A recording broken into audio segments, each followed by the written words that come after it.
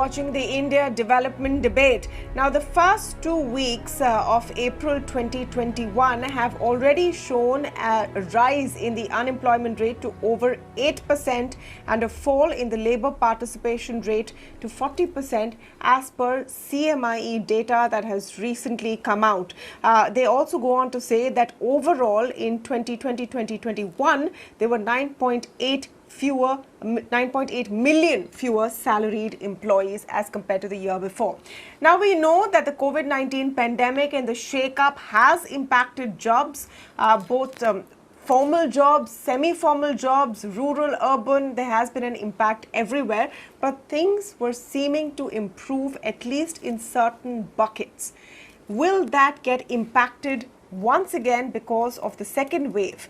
This question now goes out to Rituparna Chakraborty, Executive Vice President and Co-Founder of Teamlease. I'm also joined today by Ravi Vishwanath, Group CFO of Quess Corp, and Anandorup, Ghose partner, Deloitte India. Rituparna, let's start with your view.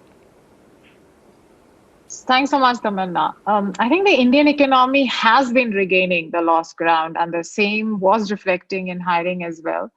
Like be it IMF, OECD, or Fitch, all have been positive, and this was bolstering the business sentiment and the intent to hire. However, if we resort to lockdowns, it will derail and further delay the recovery. In fact, it will impact the scope of growth in employment somewhat adversely.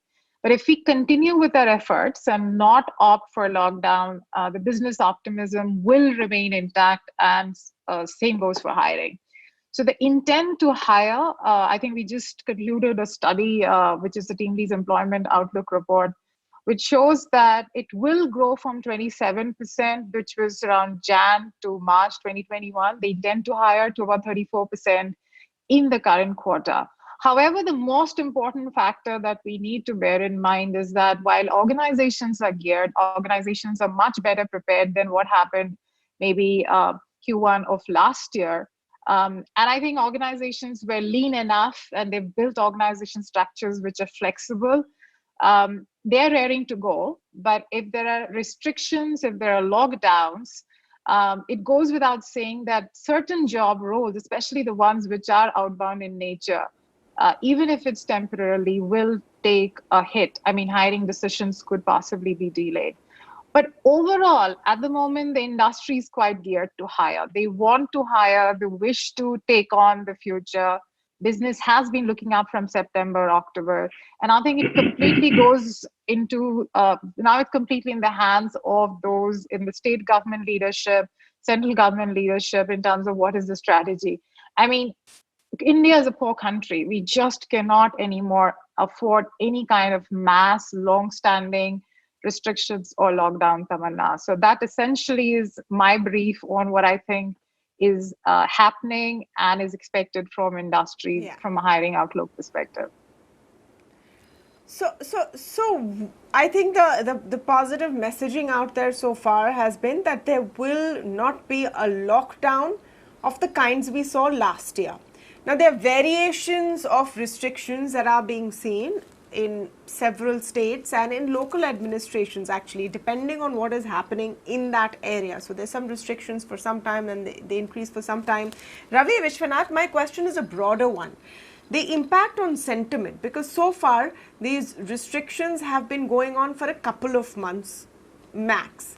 But you're already seeing a piling up of cases and a sense of concern and anxiety growing. Are you seeing this also filtering into businesses when it comes to their hiring decisions? Or are they still looking at this as a temporary phase, a blip maybe, which will pass through soon? Up until last week, Tamanna, we did not see any kind of let up in our clients' intent to hire. Like I said, this week is another story and we don't know how it's going to play out. But until last week, the intent to hire was there, and we did continue to hire in very large numbers over the last couple of quarters. When India announced a massive lockdown last year, I think it was more to get the medical infrastructure ready than anything else, and to send the message across that we need to maintain social distancing and so on. Now, the current lockdowns that are being announced are more are more specific to certain states and so on. And again, we do have the benefit of 1 year of understanding the pandemic to some extent. Now we have the vaccination drive going on in parallel. So we would think at this stage, it's more like a temporary blip. That's how some of our large customers would probably look at, the current situation, because they would not like to let go of their employees at this stage and actually want to rehire them a few months down the road when things will quickly turn around. So we do believe that if last year was an example, we turned around rather quickly actually, and this year if we can get this thing under control, the turnaround can again be rather quick. And at that point of time, if you let go of people currently, hiring them back would be a challenge. So our employers also are currently watching. And so at this stage, I would say it's more like a temporary blip than more of a long-term kind of situation. Yeah. Mr. Ghose, what are your projections right now for hiring sentiment, and which spaces do you think will continue to see robust hiring? I mean, ITS seems like a no-brainer. You've had companies, at least the ones which have declared their results so far, also talking about hiring intent continuing to be pretty strong. But do you think there will still be weak buckets going on, especially in the service sector space, over the next couple of quarters? Yeah, no, I would actually divide the conversation into three parts.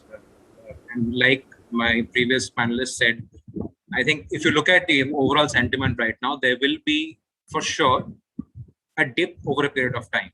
Like Ravi was just now mentioning, this last week has been an aberration. And I'm sure that when you are reporting 2 lakh figures a day, you will necessarily see people slowing down a little bit on the hiring process. But I think it's a temporary phenomenon across the white collar space. And that's the important differentiation I want to make. The white collar, mid management, junior management, senior management hiring will probably see a very temporary slowdown at this point of time, but will come back again. Because right now we have an end in sight, right? Right now we know that there's a vaccine. I mean, it's slow, it's whatever it is, but it's there. There is an end available to everybody to see.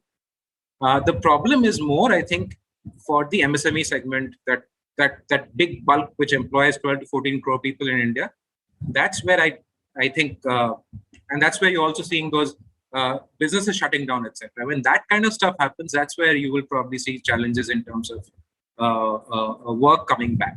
But I think the broader white collar segment will only see probably a very small temporary slowing down, but will probably come back again fairly soon.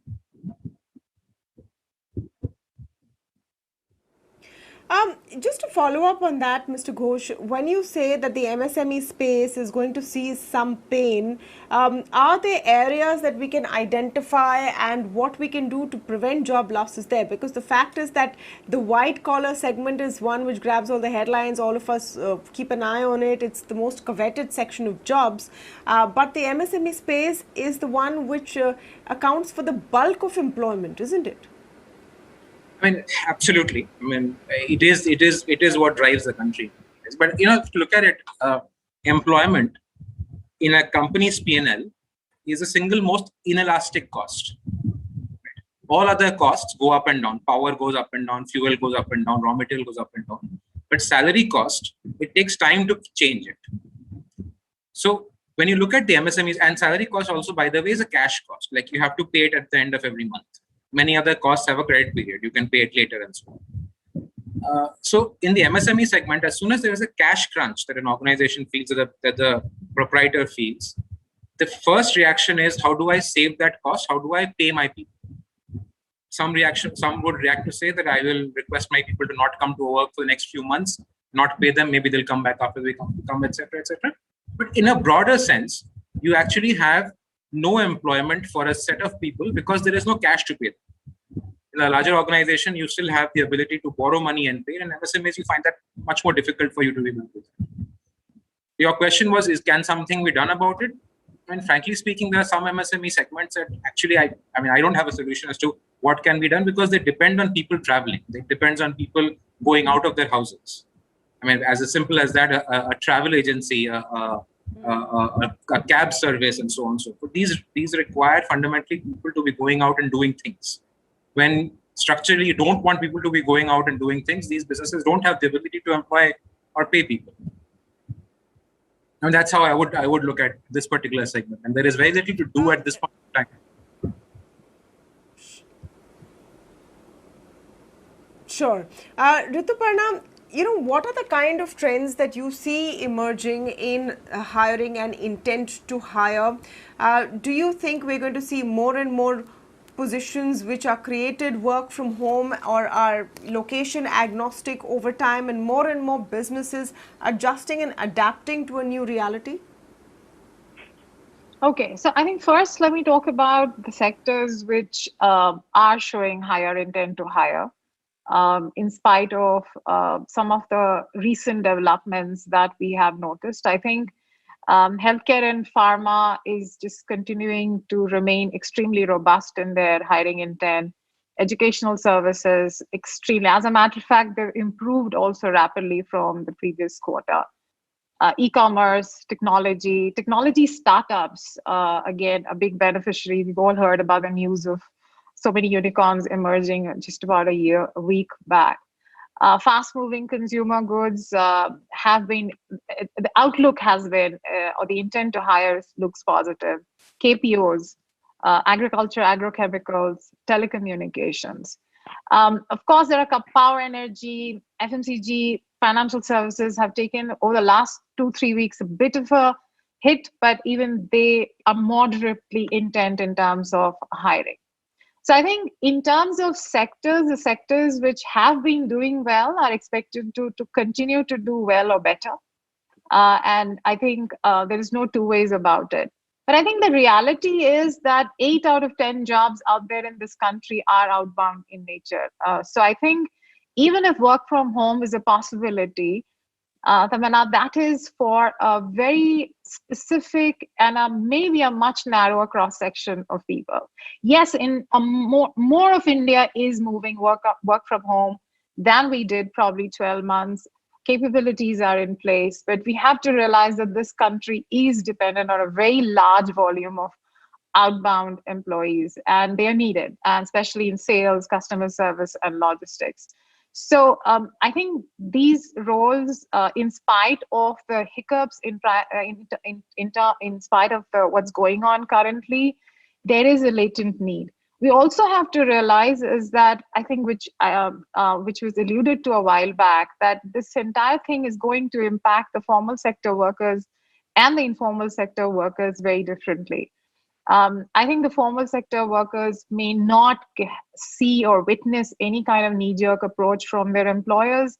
But with the informal workers, we know how it is. I mean, there is really no lucid contract or engagement, and they would probably become slightly more vulnerable. The migrant population, we have to understand, did not 100% move back into the cities, the ones who left. Which means whatever we have seen progress in the last few quarters have been with a much lower level of migrant workers than we have witnessed before. In patches, we have seen some movement. Maharashtra is a clear example. We haven't still seen a very massive movement away from places like Bangalore, Delhi yet. Delhi might be witnessing something like that anytime now, one doesn't know. So I think at a broad level, I feel jobs which are highly skilled, which are niche, are unlikely to get impacted with what is going on. There would be temporarily slowdown, because even if a company wants to hire people, there is a little bit of an iffiness, for example, in Bombay, in Maharashtra, in terms of how do you make these people join, onboarding, and so on and so forth. So a little bit of delayed decision-making are expected. But sales, marketing, tech, engineering, blue-collar jobs will continue to remain in demand is our assessment unless something really unexpected happens. Tamanna, there's actually one point that I would like to add to what Ritu is saying here, which is we are probably going to see the emergence of a mezzanine layer of employment in the form of a gig worker, actually, who's going to stand between the informal and the formal workforce.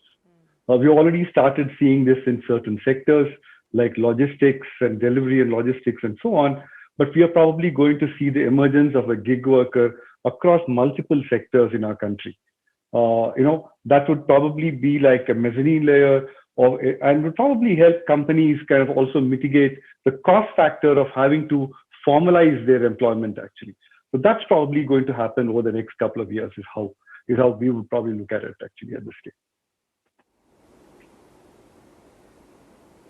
All right. So, it's not looking like the job market will be shaken up and become more negative in the short term.